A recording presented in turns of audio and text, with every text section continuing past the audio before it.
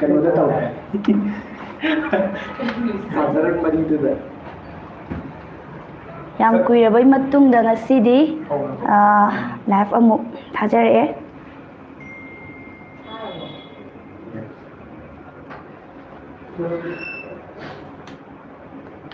ꯃꯌꯥꯝ ꯋꯥꯔꯤ ꯋꯥꯇꯥꯏ ꯉꯥꯛ ꯇꯧꯖꯩ ꯑꯗꯨꯒ ꯑꯩꯈꯣꯏꯒꯤ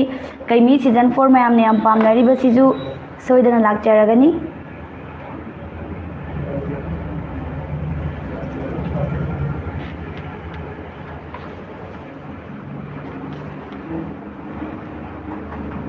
कमेंट अदुम तौबिरो कमेंट अदुम पाथोकजरके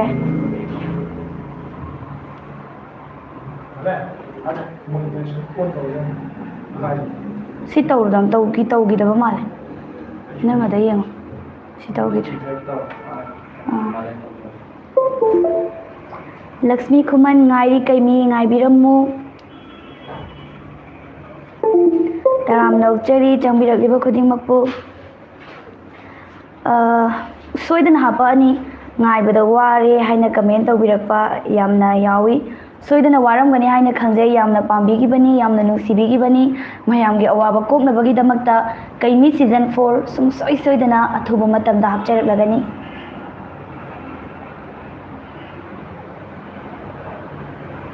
अनंबना ngasiगी hojik lakadoriba comment se kaimi karam kandagi hapakani season 4 karam kandagi hapakani haiba comment sina oi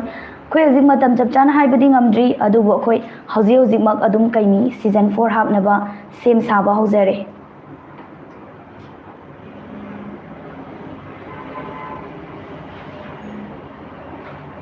kaurang ngaijari ngaibiramo waiting for kaimi aduma ngaibiramo अदुगा मयामना कइमी सीजन 4 जिमसु अदुम याम हेना पामनसु अदुम येंगबिरी अदुबो खोई वीक अमदा कइमी सीजन 4 से सीजन 4 की एपिसोड अमम खोई हपचरकनी अनिरक सुसोई सोइदना हपके हप्ता आमदा अनिरक अदुगा लिलायना हजिक हापीबा एपिसोड सिना अमु लिलाय हाइबो वारिसिमसु अदुम येंगबियु खोगी हप्ता आमदा लाकदिसे कइमी एपिसोड अनि अदुगा लिलायगी एपिसोड अमा मसी सुसोई सोइदना मकी खोई अदुम हापचरके वीडियो खर सांगना अपडेट तौबिरो ओय सोइदना तौजरके कइमी अमुक लारोइद्रा सिस्टर कइमी सुसोई सोइदना अमुक लाखिनी मयामगी कइमी अदुमक लाखिनी वाना ngaibiramu से अदुगा हंदक लाकदौरिबा कइमी सीजन 4 सिदी वारी यामना हेना नुंगाइबा हाना नुंगाइदिदगी हेना नुंगाइबा मवोंगदा खोइना नौना पुरगा लाक्सगदौरे अदुना मयाम ngaibiramu हाना येंगिबा कइमीदो अदुदगी हंदकी सीजनगी कइमीगी वारी सिना हेना नुंगाइगनी मयामना हेना पामगनी हाइबा थाजबा लेजै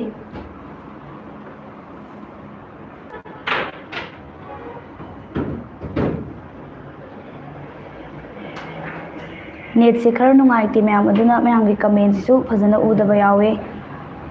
होय अखोई कइमी हापानी लिलाय वीडियो सु खर सांगना हापिरो ओना हाय होय अखोई हांगरांग नान हापिबदुदगी खितंग सांगतोकचरके हाइबदी वारी अनौबा पुपनौ नौबो ओइबगी मागी कैरेक्टर मैमदो अमुक सेमनबो होनबा अदुगा बैकग्राउंड की कईगी अनौबा ओइबगी पुपनौ नौना सेमबगी अखोइदा खुद खितंग चंगबा मतम यामना लौबा अदुना मरम ओइरकांदा याम सांगना हापा ngamjadabani अदुबु सिदगीदी अखोइना कैरेक्टर सिंगसे सेम साबा लोइग्रबा मतुंगदगीदी अखोइना हाना हाखिबा कइमीदा हाखिबा एपिसोड तुमक्ति एपिसोड की मिनट तो अदुमक्ति दुम यौनबो होनजरके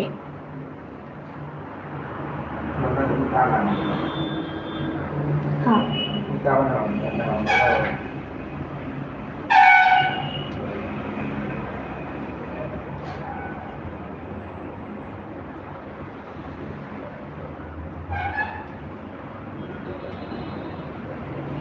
कइमी सीजन 4 खौरांग ngaijari सीजन 1 दगी हौना येंबा हौजरई सीजन 4 सु ngaijari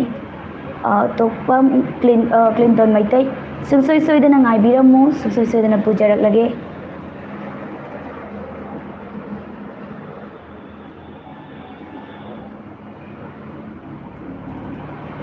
लिलाय तू थाबा यादरो था अमदा अनि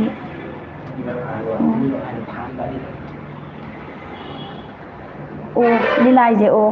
अखोई ꯑꯗꯨꯝ ꯊꯥ ꯑꯃꯗꯗꯤ ꯌꯥꯝ ꯍꯥꯞꯄꯛꯀꯅꯤ 1 ꯋꯤꯛꯇ ꯑꯩꯈꯣꯏ ꯂꯤꯂꯥ एपिसोड ꯑꯃꯃꯝ ꯍꯥꯞꯀꯗꯣꯏꯅꯦ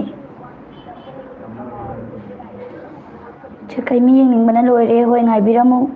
ꯀꯩꯃꯤ ꯁꯥꯕꯗꯣ ꯀꯩ ꯃꯃꯤꯡ ꯀꯧꯒꯦ ꯃꯥꯒꯤ ꯈꯣꯟꯖꯦꯜ ꯇꯥꯕ ꯌꯥꯝ ꯅꯨꯡꯉꯥꯏ ꯊꯧꯗꯥꯝ ꯗꯃꯦꯟ ꯀꯩꯃꯤ ꯁꯥꯕꯗꯣ ꯔꯣꯖꯦꯁ ꯀꯧꯏ ꯑꯗꯨꯒ ꯃꯥ ꯌꯨꯔꯦꯝꯕꯝꯗꯒꯤꯅꯤ ꯍꯣꯏ ꯌꯥꯝꯅ ꯑꯗꯨꯝ ꯃꯌꯥꯝꯅ ꯉꯥꯎꯅꯔꯤꯁꯦ ꯀꯩꯃꯤꯒꯤ ꯈꯣꯟꯖꯦꯜꯁꯤꯗꯅꯤ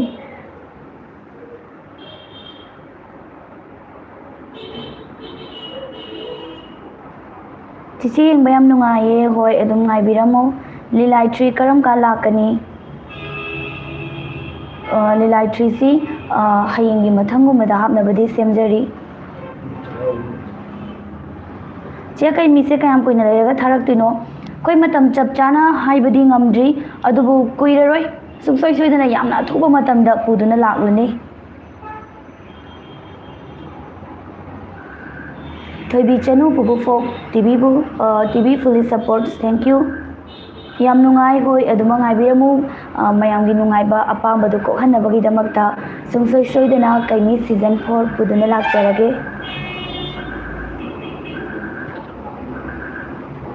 ꯑꯩꯒꯤ ꯀꯃꯦꯟꯁꯨ ꯄꯥꯊꯣꯔꯛꯎ ꯁꯤꯁꯇꯔ ꯍꯣꯏ ꯄꯥꯊꯣꯛꯆꯔꯛꯀꯦ ꯎꯕꯒ ꯑꯩ ꯎꯍꯧꯗꯕꯒꯤ ꯄꯥꯗꯕꯅꯤ ꯀꯩꯃꯤ ꯂꯥꯛꯇꯣꯔꯕꯣ ꯍꯥ ꯍꯥ ꯌꯦꯡꯊꯔꯒꯦ ꯍꯣꯏ ꯄ꯭ꯔꯀꯥꯁ ꯉꯥꯏꯕꯤꯔꯝꯃꯣ ꯂꯥꯛꯀꯗꯧꯔꯦ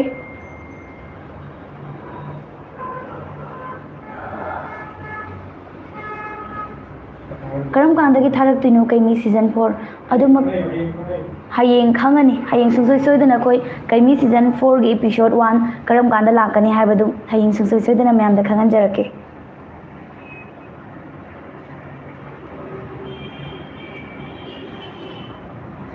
ꯂꯤꯂꯥꯏꯁꯨ ꯌꯥꯝꯅ ꯉꯥꯎꯖꯩ ꯑꯗꯨꯅ ꯈꯔ ꯌꯥꯝꯅ ꯍꯥꯞꯄꯤꯔꯛꯎ ꯍꯣꯏ ꯂꯤꯂꯥꯏꯁꯨ ꯑꯩꯈꯣꯏ ꯑꯗꯨꯝ ꯁꯣꯏꯗꯅꯕ ꯍꯥꯞꯆꯔꯛꯀே खरा थुना हापिरो सिस्टर होय याम थुना हाबनबगीदमक्ता सेम साजरी दारोजेस मसक येंगे चे सोनाम दारोजेस सिदा लेरे कन सेमी में हम दिलाई 3rd एपिसोड की चे कई मी से कोई हल्लनु ngaibा वारे होय यामना अथुबा मतमदा हापागे कुइना ngai हनरोगे मयामगी अवाबा कोखहलगे कोई स्टूडियो मफम से कायदा लेगे ना हंगबिरई कोई स्टूडियो से नंबोल दे लेजै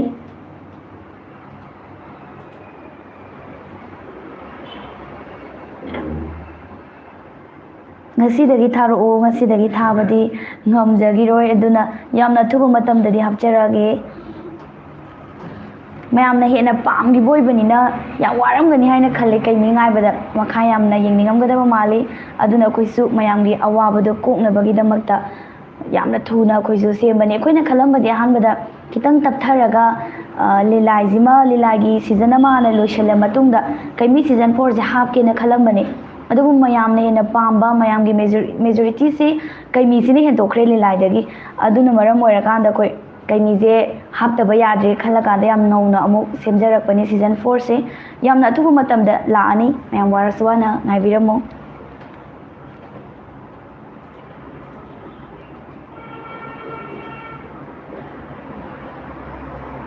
aidi kaimi da ngawba mini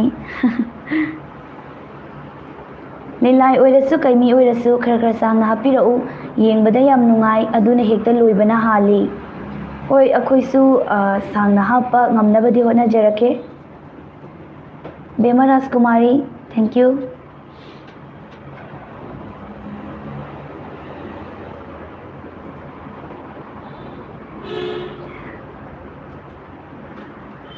इचा Kaimi डेट क्या दा थारक तौरीबनो अखोई काइमी डेट ती चप चाना हाइबा ngamjadri hayeng su soidana khangan jarake अखोई काइमी सीजन 4 से करम मतमदा लाकदगे हाइबदो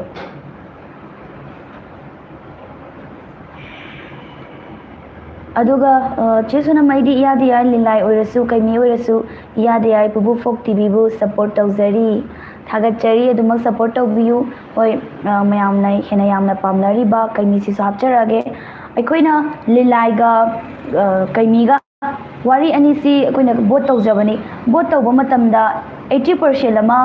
ꯀꯩꯃꯤꯗ ꯂꯩꯈ꯭ꯔꯦ ꯀꯩꯃꯤ ꯁꯤꯖꯟ 4 ꯀꯩꯃꯤ ꯁꯤꯖꯟ 4ꯁꯤꯗ ꯑꯗꯨꯝ ꯂꯩꯔꯦ ꯑꯗꯨꯅ ꯃꯔꯝ ꯑꯣꯏꯔꯀꯥꯟꯗ ꯑꯩꯈꯣꯏꯅ ꯀꯩꯃꯤ ꯁꯤꯖꯟ 4ꯁꯦ ꯍꯥꯞꯇꯕ ꯌꯥꯔꯔꯣꯏ ꯃꯌꯥꯝꯒꯤ ꯑꯄꯥꯝꯕ ꯊꯨꯡꯍꯜꯂꯁꯤ ꯃꯌꯥꯝꯅ ꯋꯥꯅ ꯉꯥꯏꯔꯤꯕꯁꯦ ꯀꯣꯛꯍꯜꯂꯁꯤꯅ ꯈꯜꯂꯒ ꯑꯩꯈꯣꯏꯅ ꯅꯧꯅ ꯑꯃꯨꯛ ꯁꯤꯖꯟ 4ꯁꯦ ꯁ꯭ꯇꯥꯔꯠ ꯇꯧꯖꯕꯅꯦꯕ ꯍꯧꯅꯕꯅ ꯑꯩꯈꯣꯏꯅ ꯍꯥꯟꯅ ꯈꯜꯂꯝꯃꯤꯁꯤ ꯃꯇꯝ ꯈꯔ ꯂꯤꯂꯥꯏꯁꯤꯅ ꯑꯗꯨꯝ ꯊꯥꯔꯕ ꯂꯤꯂꯥꯏꯁꯦ ꯍꯧꯔꯕ ꯂꯤꯂꯥꯏꯁꯤꯁꯨ ꯌꯥꯝ ꯀꯨꯏꯔꯦꯕ ꯑꯩꯈꯣꯏꯅ ꯄ꯭ꯂꯥꯟ ꯇꯧꯖꯔꯛꯏꯕ ꯋꯥꯔꯤꯁꯦ ꯂꯤꯂꯥꯒꯤ ꯋꯥꯔꯤꯁꯤꯁꯨ ꯂꯣꯏꯅ ꯔꯦꯗꯤꯗ ꯂꯩꯔꯕꯅꯦ ꯀꯨꯏꯔꯦ ꯂꯣꯏꯕ ꯋꯥꯔꯤ ꯑꯍꯜ ꯑꯃꯅ ꯌꯥꯝ ꯊꯋꯥꯏ ꯌꯥꯎꯅꯁꯨ ꯏꯕꯤꯔꯛꯄ ꯑꯣꯏꯕꯅ ꯌꯥꯝ ꯐꯖꯅ ꯍꯣꯠꯅꯖꯔꯛꯄꯗꯣ ꯔꯥꯏꯇꯔꯗꯨꯅꯁꯨ ꯑꯗꯨꯅ ꯃꯔꯝ ꯑꯣꯏꯔꯀꯥꯟꯗ ꯑꯩꯈꯣꯏꯅ ꯂꯤꯂꯥꯏꯁꯤꯁꯨ ꯐꯖꯅ ꯆꯠꯀꯅꯤꯅ ꯈꯜꯂꯒ ꯋꯥꯅ ꯍꯣꯠꯅꯕꯅꯦ ꯑꯗꯨꯕꯨ ꯃꯌꯥꯝꯅ ꯅꯨꯡꯁꯤꯕꯤꯕ ꯄꯥꯝꯕ ꯍꯦꯟꯕꯁꯦ ꯀꯩꯃꯤꯗꯅ ꯍꯦꯟꯗꯣꯛꯈ꯭ರೆ ꯑꯗꯨꯅ ꯑꯩꯈꯣꯏꯁꯨ ꯃꯌꯥꯝꯒꯤ ꯑꯄꯥꯝꯕꯗꯤ ꯊꯨꯡꯍꯟꯗꯕ ꯌꯥꯗꯦ ꯈꯜꯂꯒ ꯌꯥꯝ नौना अमुक अखोइगी सीजन 4 सेमनबगी हापनबा सेम साजबनी हयेंग सुंसोय सोयदना खंगलके करम मतमदगी हौरकदगे हाइबदो यामनदी कुइररोय अदुम ngaibiramu अथुबा मतमदा कैमी सीजन 4 पुदुना लाक्सरनी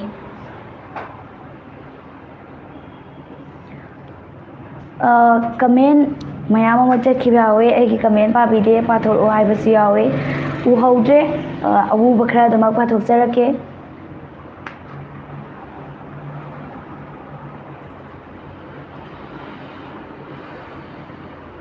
कैमीदो ngaibा वारे होय ngaibiramo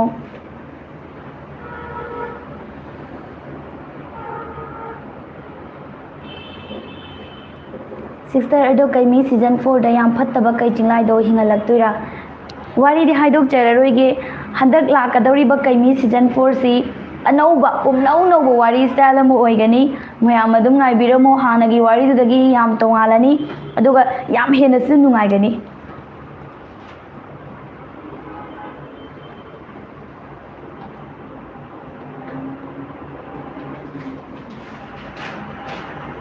ngaibा वारी कैमी ngaibiramo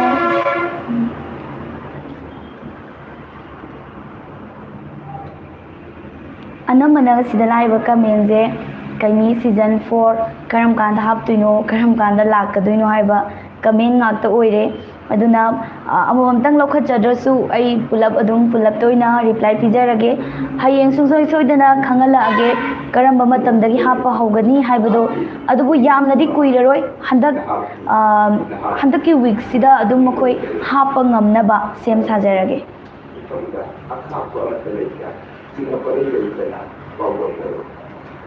कैमी येंगागा पोथारिबनी अनौबा लाक्ट्रिबनीना लोइख्रबदो हंजिन हंजिन येंगागा लैरे ऐ वारिपम चनु होय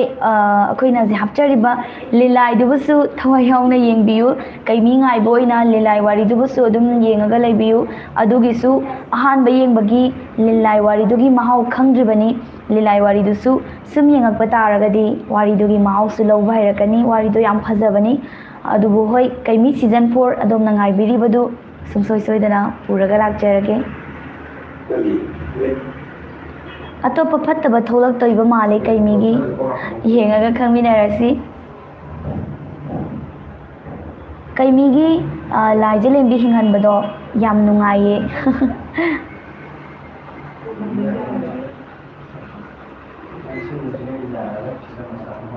ngairi khara thuna thabirao hoy akhoi yam thuna thana bahotna jage hoy ni ngai baware ngai biramo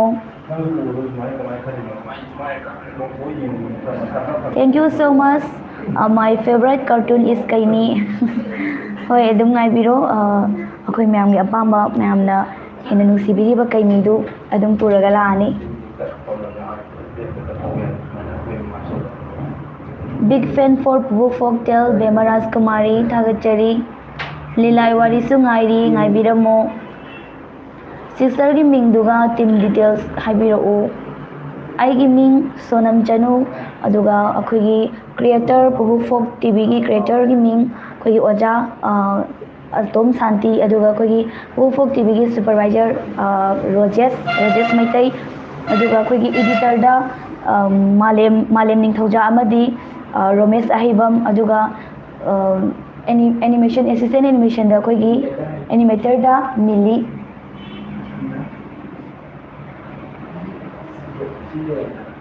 Chesonam Fattabi ai comment paadaba natro ai changa aroi mathangda bye bye memory ꯍꯥꯏꯕꯝ ꯑꯩ ꯎꯍꯧꯗ꯭ꯔꯦ ꯅꯪꯒꯤ ꯀꯃꯦꯟꯁꯦ ꯍꯧꯖꯤꯛ ꯎꯕꯒ ꯄꯥꯊꯣꯔꯛꯑꯦ ꯁꯥꯎꯒꯅꯨ ꯗꯤꯁꯇꯔꯕ ꯇꯧꯕ ꯑꯣꯏꯔꯒꯗ꯭ꯔꯥ ꯕ꯭ꯔꯣꯖꯦꯁꯀꯤ ꯀꯩꯃꯤ ꯈꯣꯟꯖꯦꯜ ꯑꯃꯨꯛꯇꯪ ꯇꯥꯍꯟꯕꯤꯌꯨ ꯀꯩꯃꯤ ꯂꯥꯛꯑꯅꯤꯁꯦ ꯑꯍꯣꯏ ꯃꯌꯥꯝ ꯀꯨꯏꯔꯝꯃꯅꯤ ꯀꯩꯃꯤꯒꯤ ꯈꯣꯟꯖꯦꯜ ꯇꯥꯗꯕ ꯁꯨꯡꯁꯣꯏ ꯁꯣꯏꯗꯅ ꯇꯥꯍꯟꯖꯔꯛꯑꯒꯦ ꯃꯌꯥꯝ ꯑꯋꯥꯕ ꯉꯥꯛ ꯄꯣꯊꯥꯕꯤꯌꯨ ꯇꯥꯍꯟꯖꯔꯛꯀꯦ ꯀꯩꯃꯤꯒꯤ ꯈꯣꯟꯖꯦꯜ ꯇꯥꯔꯖꯦꯁ ꯑꯝꯇ ꯃꯌꯥꯝꯒꯤ ꯄꯦꯟꯅꯕ ꯃꯌꯥꯝꯒꯤ ꯑꯄꯥꯝꯕ ꯇꯧꯕꯅ ꯑꯩꯈꯣꯏꯒꯤꯗꯤ ꯊꯨꯡꯅꯤ ꯑꯗꯨꯅ ꯃꯌꯥꯝꯒꯤ ꯑꯄꯥꯝꯕ ꯀꯩꯃꯤꯒꯤ ꯈꯣꯟꯖꯦꯜ ꯇꯥꯍꯟꯖꯔꯛꯑꯒꯦ ꯀꯩꯃꯤ ꯁꯤꯖꯟ 4 ꯑꯊꯨꯕ ꯃꯇꯝꯗ ꯃꯤꯌꯥꯝꯒꯤ ꯃꯐꯝꯗ ꯈꯨꯗꯣꯜ ꯇꯝꯖꯔꯒꯅꯤ ꯃꯌꯥꯝ ꯁꯤ ꯍꯥꯏꯔ ꯂꯣꯏꯁꯤꯟꯖꯔꯒꯦ ꯃꯌꯥꯝ ꯇꯥꯕꯤꯔꯝꯃꯅꯤ ꯌꯥꯝ ꯀꯨꯏꯔꯝꯃꯅꯤ ꯀꯩꯃꯤꯒꯤ ꯃꯈꯣꯜ ꯇꯥꯗꯕ ꯀꯩꯃꯤꯒꯤ ꯈꯣꯟꯖꯦꯜ ꯅꯧꯅ ꯇꯥꯕꯁꯦ ꯀꯩ ꯐꯥꯎꯕꯤꯒꯦ ꯀꯃꯦꯟ ꯇꯧꯕꯤꯔꯛꯎ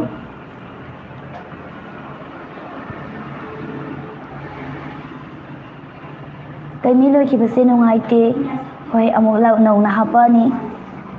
ꯆꯦ ꯁꯣꯅꯝꯒꯤ ꯈꯣꯟꯖꯦꯜ ꯌꯥꯝ ꯅꯨꯡꯁꯤꯌꯦ ꯕꯦꯃ ꯔꯥꯖꯀꯨꯃꯥꯔꯤ ꯊꯦꯡꯛ ꯌꯨ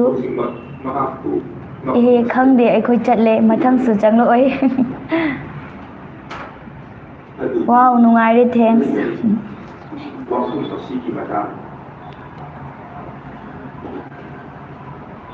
ꯆꯦ ꯁꯣꯅꯝ ꯑꯩꯗꯤ ꯍꯌꯦꯡ ꯄꯩꯈꯥ ꯍꯜꯂꯛꯄꯗ ꯄꯨꯄꯨ ꯐꯣꯛ ꯇꯤꯚꯤꯒꯤ ꯅꯣꯇꯤꯐꯤꯀꯦꯁꯟ ꯂꯩꯍꯟꯕꯤꯔꯝꯃꯨ ꯁꯤꯁꯇꯔ ꯍꯣꯏ ꯑꯦꯛꯖꯥꯝ ꯐꯖꯅ ꯊꯥꯗꯣꯛꯎꯔꯣ ꯅꯪꯅ ꯍꯜꯂꯛꯄꯗ ꯑꯩꯈꯣꯏꯒꯤ ꯀꯩꯃꯤꯒꯤ ꯚꯤꯗꯤꯑꯣꯅ ꯉꯥꯏꯗꯨꯅ ꯂꯩꯔꯝꯃꯒꯦ ꯃꯥꯏ ꯄꯥꯛꯅ ꯑꯦꯛꯖꯥꯝ ꯊꯥꯔꯨꯔꯣ ꯌꯥꯝ ꯅꯨꯡꯉꯥꯏꯔꯦ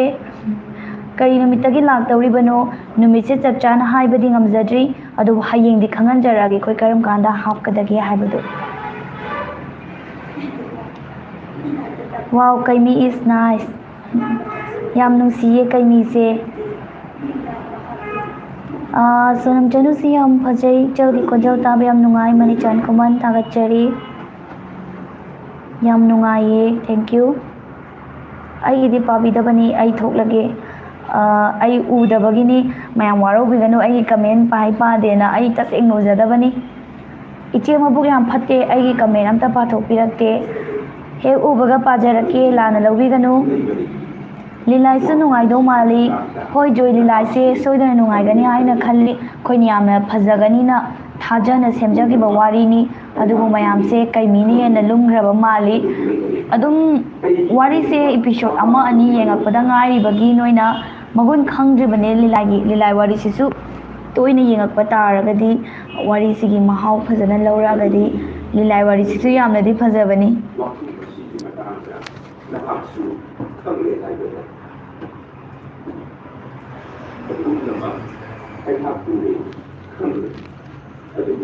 अनौब सीजनददी कई फत्तबसिंग यावनगुमसी मो यावबसे थमोइसे टिंग टिंग लावेबा तोन मंगांग वारी येंगागा खंगमिनारसी ओइ वारी मो ओइरिबनिना बिलियन गुमसिदु खरा दुम यावे दो येंगागा खंगमिनारसी से वारी पुंगनौ नौबने दक लाकादोरिसिदी कईचिंगलाई सीख्रबनिना मिस तौरे हाइनाबा मा लैदा फना फत्तबा मी ओइरसु सीबु सीखरे दुम निंसिंगे नुंसिरे दुने नुंसिरे अदुनी हाइना अदुने कईचिंगलाई अमु नुंसिरे मयामने कईचिंगलाई नुंसिदे हातोक्रो ना हाइमनदना कईचिंगलाई हातोक्रे हजि अमु नुंसिराजु उपाय लैत्रे कईचिंगलाई हिंगा अरोय रोशन चुंखाम थागचरी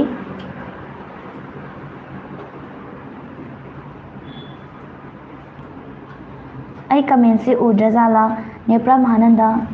अदुम उजै लीलाई से कईमीदौना कुइरकांदा नुंगाइदौ माली कईमीगी टाइप सिस्टर होय लीलाई सिसु दुम नुंगाइरकनी एपिसोड अमा अनि खतंग हापा हौबदा ngairibagi mayamna warisigi magun khangdabani खितंग एपिसोड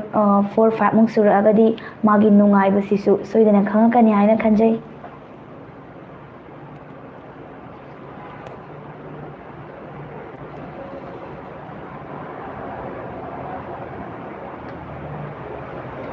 ममिंग करी थोंदौरिनो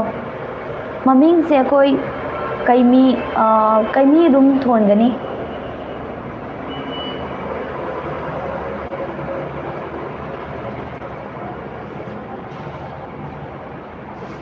तसेंगना हाइरबदा कईमी खोंजेल यामना नुंगाई ताब्रा नुंगाई तारुबा खुदिंग ꯑꯩꯁꯨ ꯀꯩꯃꯤꯒꯤ ꯈꯣꯟꯖꯦꯜ ꯁꯥꯗꯨꯅ ꯅꯨꯡꯉꯥꯏꯅ ꯂꯦꯟꯖꯔꯤ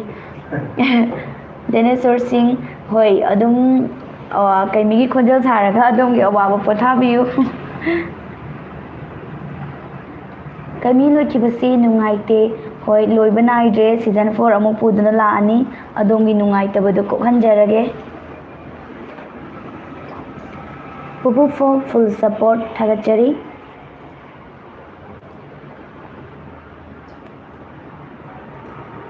ꯋꯥꯎ ꯁꯨꯄꯔ ꯀꯩꯃꯤꯡ ꯏꯁ ꯀꯃꯤꯡ ꯀꯩ ꯂꯥꯛꯄꯒꯤ ꯈꯣꯟꯖꯦꯜ ꯇꯥꯖꯒꯦ ꯄ꯭ꯂꯤꯖ ꯀꯩ ꯂꯥꯛꯄꯗꯨ ꯃꯇꯥꯡ ꯆꯥꯕꯗ ꯃꯊꯪꯗ ꯑꯣꯏꯅ ꯇꯥꯍꯟꯖꯔꯒꯦ ꯀꯩꯃꯤ ꯊꯥꯔꯛꯑꯣ ꯍꯣꯏ ꯉꯥꯏꯕꯤꯔꯝꯃꯨ ꯀꯩ ꯆꯤꯡꯂꯥꯏꯗꯒꯤ ꯍꯦꯟꯅ ꯁꯥꯊꯤꯕ ꯑꯃꯃꯨꯛ ꯊꯣꯛꯂꯛꯀꯗ꯭ꯔꯥ ꯋꯥꯔꯤ ꯌꯦꯡꯉꯒ ꯈꯪꯃꯤꯟꯅꯔꯁꯤ ꯑꯩꯅ ꯍꯥꯏꯗꯣꯛꯑꯔꯣꯏꯒꯦ ꯑꯩꯅ ꯍꯥꯏꯗꯣꯛꯈ꯭ꯔꯒꯗꯤ ꯋꯥꯔꯤꯗꯨꯒꯤ ꯃꯒꯨꯟ ꯃꯥꯡꯒꯗꯕ ꯃꯥꯜꯂꯤ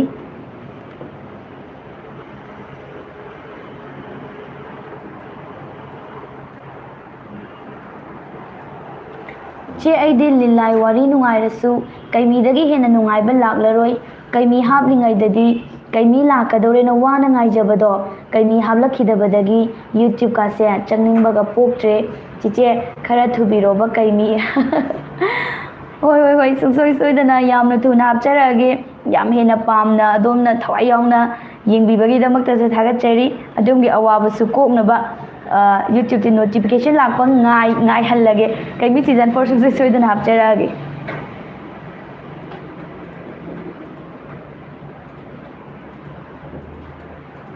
ꯃꯦꯃꯣꯔꯤ ꯃꯥꯏꯕꯝ ꯍꯥꯎ ꯇꯥꯏꯌꯦ ꯆꯦ ꯀꯩꯃꯤ ꯌꯥꯝ ꯊꯨꯅ ꯄꯨꯊꯣꯔꯛꯎ ꯍꯣꯏ ꯁꯨꯡꯁꯣꯏ ꯁꯣꯏꯗꯅ ꯄꯨꯊꯣꯛꯆꯔꯛꯀꯦ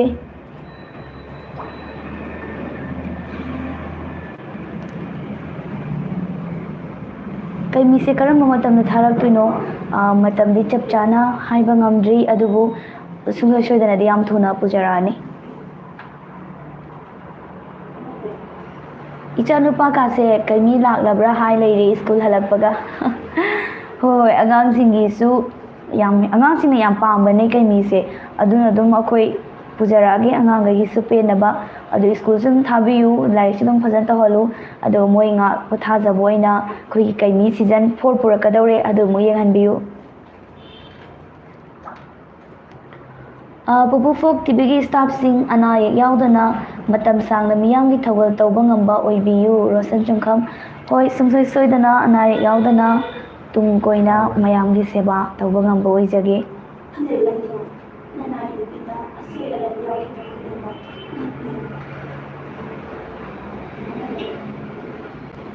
ꯄꯥꯟꯊꯣꯏꯕꯒꯤ ꯈꯣꯟꯖꯦꯜ ꯑꯝꯇ ꯇꯥꯖꯒꯦ ꯄ꯭ꯂꯤꯖ ꯃꯇꯥꯡ ꯆꯥꯕꯗ ꯇꯥꯍꯟꯖꯔꯛꯀꯦ ꯀꯩꯃꯤꯒꯤ ꯂꯥꯏꯚ ꯅꯣꯇꯤꯐꯤꯀꯦꯁꯟ ꯎꯕꯗ ꯁꯤꯡꯖꯨ ꯆꯥꯔꯝꯕꯒ ꯆꯥꯐꯝ ꯈꯪꯗꯈꯩ ꯌꯦꯡꯉꯤ ꯍꯧꯖꯤꯛ ꯑꯗꯨꯁꯨ ꯃꯤꯒꯤ ꯐꯥꯁ ꯐꯨꯗꯇ ꯁꯤꯡꯖꯨꯗꯣ ꯐꯖꯅ ꯆꯥꯊꯣꯛꯑꯣ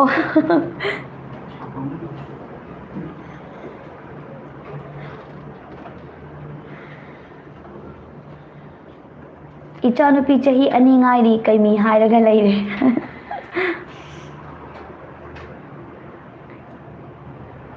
इताव कैमी लाखिरोइद्रा कैमी सोइदना लाअनी चे chemo गायरिये गायबिरमो अंगांग अनिसि चावलसी 4 ददी 6 and bro wari yega khangminarasi chawga chawdaba haibadu ipal Kaimi दिना कन्ना फमगा लैरे oh ipan कैमी फमे नाकंदा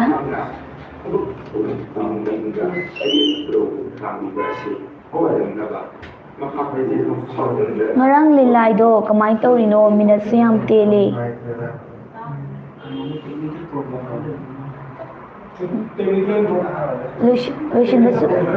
loishinbasu phajana loishinde hoi debabarta tondam akoina ngarang kano to hapchagiba kano lilai episode to akoina sembadadi yam phajana adum loishanbam chana semgibani adubu technical gi problem khara leibana maram oirakanda mafam chadana loishanbam khangdana adum tatkhre ado akoina tawbana te technical gi problem yagidabani mathangi hapakadoriba episode tadi phajana mamutana hapcharage Kaimi अमदी कई चिंगलाई मखोई अनीगी येंबदा नुंगाई अमदी पुपु पांथोइबा इसिंग चावबा पाखंग follow मखोई पाखंग फालखो ꯉꯥꯏꯃꯤꯟꯅꯔꯁꯤ ꯑꯗꯨꯗꯤ ꯌꯦꯡꯉꯒ ꯈꯪꯉꯅꯤ ꯄꯨꯕꯨ ꯐꯣꯛ ꯇꯤꯚꯤꯅ ꯌꯥꯏꯐꯔꯦ ꯌꯥꯏꯁ꯭ꯀꯨꯜ ꯂꯥꯏꯁ꯭ꯔꯝ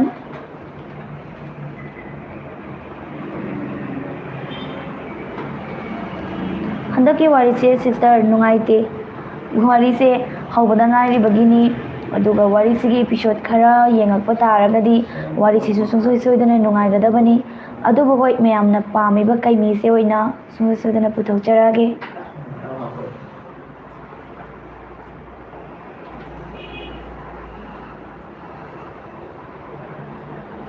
ꯑꯩꯈꯣꯏ ꯃꯃꯥꯅ ꯀꯩꯃꯤ ꯁꯨꯝ ꯇꯧꯔ ꯂꯩꯔꯦ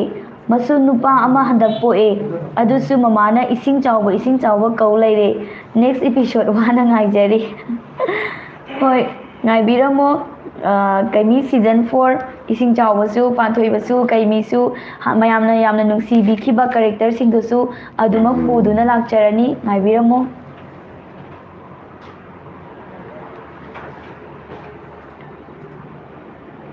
ꯀꯩꯃꯤ ꯍꯧꯔꯗꯣꯏꯔꯥ ꯂꯤꯂꯥꯏ ꯂꯣꯏꯗ꯭ꯔꯤꯉꯩ ꯍꯣꯏ ꯁꯨꯡꯁꯣꯏ ꯁꯣꯏꯗꯅ ꯍꯧꯔꯅꯤ 1 ꯋꯤꯛꯇ ꯑꯩꯈꯣꯏꯒꯤ ꯀꯩꯃꯤ ꯏꯄꯤꯁꯣꯗ 2 ꯑꯗꯨꯒ ꯂꯤꯂꯥꯏ ꯏꯄꯤꯁꯣꯗ 1 ꯁꯣꯏꯗꯅ ꯍꯥꯞꯆꯔꯛꯂꯅꯤ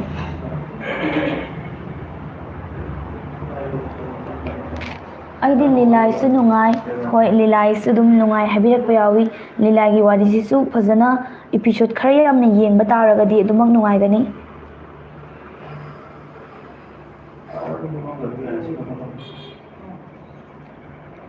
ꯔꯟꯖꯤꯠ ꯁꯤꯡ ꯃꯥꯏꯕꯝ ꯀꯔꯝ ꯀꯥꯟꯗꯒꯤ ꯍꯧꯗꯣꯏꯅꯣ ꯑꯗꯣ ꯀꯔꯝ ꯀꯥꯟꯗꯒꯤ ꯍꯧꯕ ꯍꯥꯏꯕꯗꯨ ꯍꯌꯦꯡ ꯈꯪꯍꯟꯖꯔꯛꯀꯦ ꯍꯧꯖꯤꯛ ꯐꯥꯎꯒꯤ ꯑꯣꯏꯅꯗꯤ ꯆꯞ ꯆꯥꯕ ꯍꯥꯏꯕ ꯉꯝꯖꯗ꯭ꯔꯤ ꯆꯞ ꯆꯥꯅ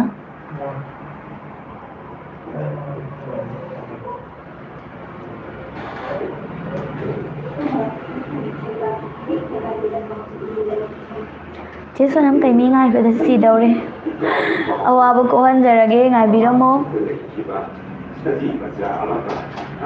ꯕꯥꯏ ꯕꯥꯏ ꯆꯦ ꯁꯣꯅꯝ ꯑꯩ ꯆꯤꯆꯦꯒꯤ ꯍꯣꯔꯦꯟ ꯅꯤꯉꯣꯜ ꯅꯥꯆꯣꯝꯗ ꯂꯥꯛꯀꯗꯕ ꯋꯥꯔꯤꯁꯤꯡ ꯑꯣꯏꯅ ꯉꯥꯏꯖꯔꯨꯔꯒꯦ ꯃꯦꯃꯣꯔꯤ ꯃꯥꯏꯕꯝ ꯕꯥꯏ ꯉꯥꯏꯕꯤꯔꯨꯔꯣ ꯃꯌꯥꯝ ꯄꯨꯕꯨ ꯐꯣꯛ ꯇꯦꯜꯒꯤ ꯆꯦꯅꯦꯜ ꯑꯁꯤꯕꯨ ꯁꯄꯣꯔꯠ ꯇꯧꯕꯤꯗꯨꯅ 5 ꯂꯥꯈ ꯁꯕꯁꯀ꯭ꯔꯥꯏꯕꯔ ꯁꯨꯍꯜꯂꯁꯤ ꯀꯤꯁꯟ ꯏꯂꯥꯡꯕꯝ ꯍꯣꯏ ꯃꯌꯥꯝꯅ ꯁꯄꯣꯔꯠ ꯇꯧꯕꯤꯗꯨꯅ ꯑꯗꯨꯝ ꯁꯨꯍꯜꯂꯁꯤ ꯑꯩꯈꯣꯏ ꯈꯣꯡꯕꯁꯨ ꯈꯣꯡꯖꯗꯦ ꯃꯌꯥꯝꯅ ꯅꯨꯡꯁꯤꯕꯤꯗꯨꯅ ꯑꯗꯨꯃꯛ ꯇꯧꯕꯤꯔꯛꯎ ꯑꯩꯈꯣꯏ ꯇꯧꯗꯕ ꯌꯥꯗꯦ ꯍꯥꯏꯕꯁꯨ ꯂꯩꯖꯗꯦ ꯑꯗꯨꯝ ꯅꯨꯡꯁꯤꯕꯤꯗꯨꯅ ꯑꯗꯨꯝ ꯇꯧꯔꯛꯄꯗꯨꯅ ꯉꯁꯤꯒꯤ ꯁꯤꯒꯤ ꯆꯥꯡꯁꯦ ꯌꯧꯕ ꯉꯝꯃꯤꯕꯅꯤ ꯍꯦꯟꯅ ꯑꯗꯨꯃꯛ ꯅꯨꯡꯁꯤꯕꯤꯌꯨ ꯍꯦꯟꯅ ꯑꯗꯨꯝ ꯁꯄꯣꯔꯠ ꯇꯧꯕꯤꯗꯅ ꯑꯩꯈꯣꯏꯒꯤ 5 ꯂꯥꯈ ꯁꯕꯁꯀ꯭ꯔꯥꯏꯕꯔ ꯌꯧꯕ ꯉꯝꯕꯁꯨ ꯑꯣꯏꯖꯒꯦ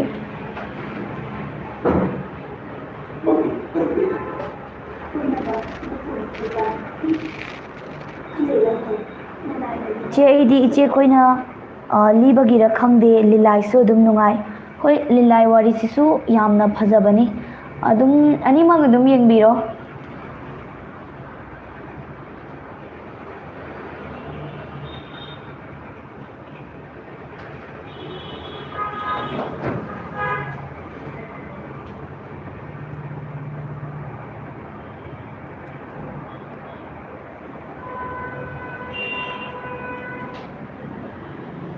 ꯁꯤꯁꯇꯔ ꯀꯩꯃꯤꯒꯤ ꯈꯣꯟꯖꯦꯜ ꯇꯥꯅꯤꯡꯂꯦ ꯑꯝꯇ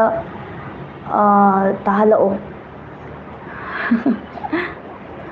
ꯀꯩꯃꯤ ꯍꯟꯗꯛꯇꯤ ꯕꯦꯠ ꯀꯅꯥꯅ ꯑꯣꯏꯔꯅꯤ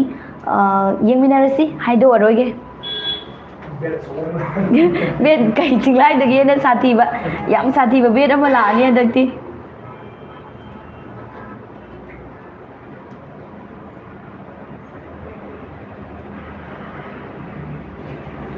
ꯄꯨꯕꯨ ꯐꯣꯛ ꯇꯤꯚꯤꯅ ꯊꯥꯔꯛꯄ ꯁ꯭ꯇꯣꯔꯤ ꯄꯨꯝꯅꯃꯛ ꯌꯥꯝ ꯅꯨꯡꯉꯥꯏꯅ ꯌꯦꯡꯖꯩ ꯊꯥꯒꯠꯆꯔꯤ ꯈꯥꯒꯦꯝꯕ ꯁꯟꯙ꯭ꯌꯥ ꯑꯗꯨꯃꯛ ꯌꯦꯡꯕꯤꯌꯨ ꯏꯆꯦ ꯀꯩꯃꯤ ꯁꯤꯖꯟ 4 ꯀꯩꯗꯧꯉꯩ ꯊꯥꯔꯛꯀꯗꯣꯏꯅꯣ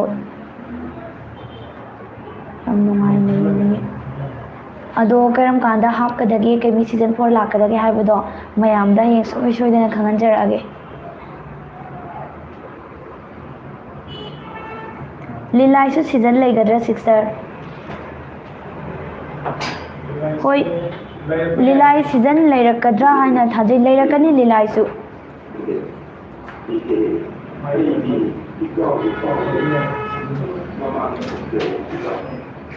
ꯁꯤꯁꯇꯔ ꯁꯣꯅꯝ ꯆꯅꯨꯒꯤ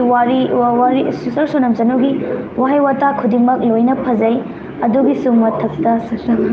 ꯗꯦꯅꯤꯁꯣꯔꯁꯤꯡ ꯊꯥꯒꯠꯆꯔꯤ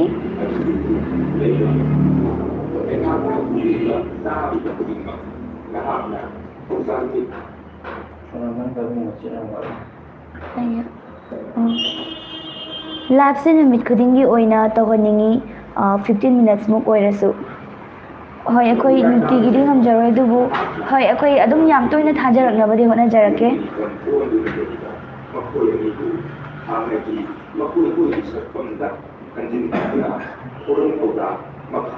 ꯆꯦ ꯁꯣꯅꯝ ꯄꯨꯄꯨ ꯐꯣꯛꯀꯤ ꯃꯦꯝꯕꯔ ꯈꯨꯗꯤꯡꯃꯛ ꯆꯥꯛ ꯆꯔꯥ ꯑꯃ ꯄꯨꯟꯅ ꯆꯥꯃꯤꯟꯅꯁꯤ CH ꯑꯅꯥꯁ ꯃꯇꯥꯡ ꯆꯥꯕꯗ ꯆꯥꯃꯤꯟꯅꯁꯤ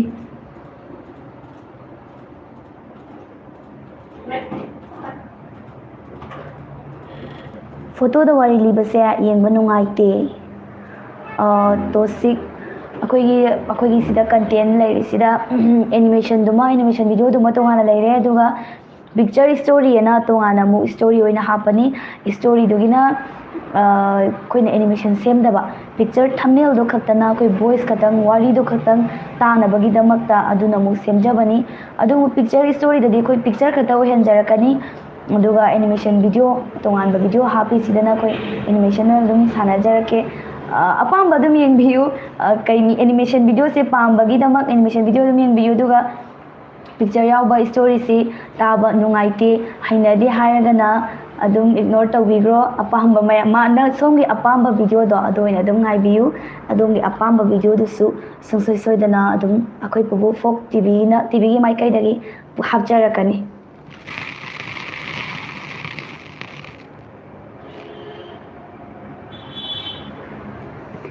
ꯑꯩ ꯀꯩꯃꯤꯁꯦ ꯁꯨꯝ ꯁꯦꯔꯤꯁ ꯆꯠꯊꯔꯛꯄꯗ ꯀꯩꯃꯤꯒ ꯂꯥꯏꯔꯦꯟ ꯅꯤꯡꯊꯧ ꯑꯃꯒ ꯑꯆꯧꯕ ꯐꯥꯏꯠ ꯑꯃ ꯄꯥꯝꯃꯛꯏ ꯑꯩꯅ ꯏꯃꯥꯖꯤꯟ ꯇꯧꯕꯒꯤ ꯋꯥꯅꯤꯀꯣ ꯑꯩ ꯑꯗꯨꯝ ꯈꯜꯂꯤꯅꯤ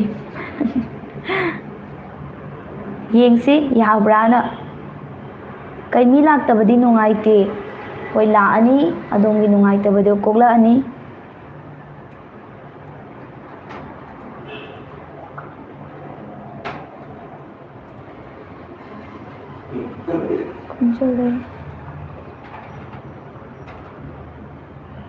ꯏꯁꯤꯡ ꯆꯥꯎꯕ ꯄꯥꯟꯊꯣꯏꯕꯗꯤ ꯎꯗꯦꯅ ꯍꯣꯏ ꯑꯉꯥꯡ ꯑꯅꯤꯗꯤ ꯁꯤꯗ ꯂꯩꯇ꯭ꯔꯦ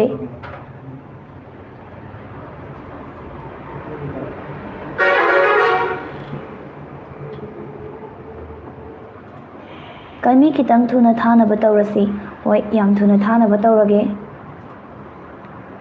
ꯆꯤꯆꯦ ꯉꯁꯤꯒꯤꯗꯤ ꯑꯩ ꯊꯣꯛꯆꯔꯒꯦ ꯃꯊꯪ ꯂꯥꯛꯀꯗꯕ ꯋꯥꯔꯤ ꯉꯥꯏꯗꯨꯅ ꯂꯩꯖꯔꯝꯂꯒꯦ ꯆꯦꯅ ꯀꯣꯛ ꯐꯥꯎꯕ ꯆꯤꯛꯇꯅ ꯄꯨꯟꯁꯤ ꯁꯥꯡꯅ ꯃꯄꯨꯅ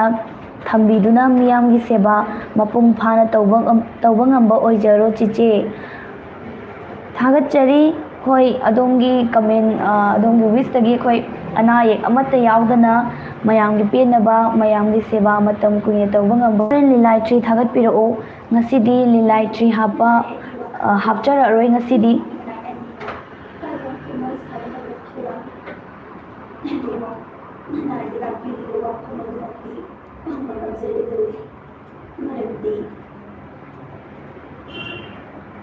ꯃꯌꯥꯝꯅ ꯉꯥꯏꯕꯤꯔꯝꯃꯤꯁꯦ ꯑꯗꯨꯝ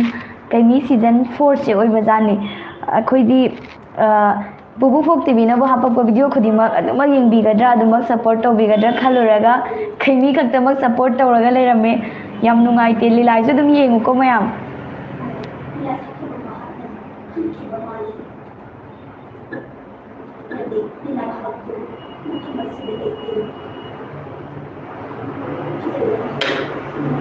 ꯀꯩꯃꯤꯁꯦ ꯀꯔꯝ ꯀꯥꯟ ꯂꯥꯛꯀꯅꯤ ꯆꯦ ꯌꯦꯡꯅꯤꯡꯕꯅ ꯌꯥꯗ꯭ꯔꯦ ꯌꯥꯝ ꯊꯨꯅ ꯍꯥꯞꯄꯛꯑꯅꯤ ꯑꯗꯨꯒ ꯀꯔꯝ ꯀꯥꯟꯗ ꯂꯥꯛꯀꯅꯤ ꯍꯥꯏꯕꯗꯨ ꯍꯌꯦꯡ ꯈꯪꯍꯟꯖꯔꯛꯀꯦ ꯃꯌꯥꯝ ꯂꯣꯏꯁꯜꯂꯁꯤ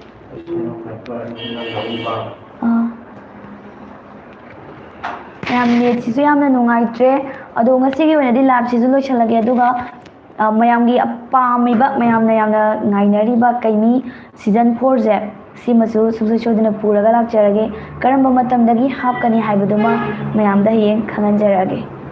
ꯉꯁꯤꯒꯤ ꯑꯣꯏꯅꯗꯤ ꯃꯌꯥꯝ ꯕꯥꯏ ꯅꯣꯡꯃꯃꯨꯛ ꯌꯥꯝ ꯑꯊꯨꯕꯤꯗ ꯑꯃꯨꯛ ꯃꯌꯥꯝꯒ ꯋꯥꯔꯤ ꯋꯥꯇꯥꯏ ꯁꯥꯟꯅꯅꯕꯒꯤꯗꯃꯛꯇ ꯂꯥꯏꯚ ꯊꯥꯖꯔꯛꯀꯦ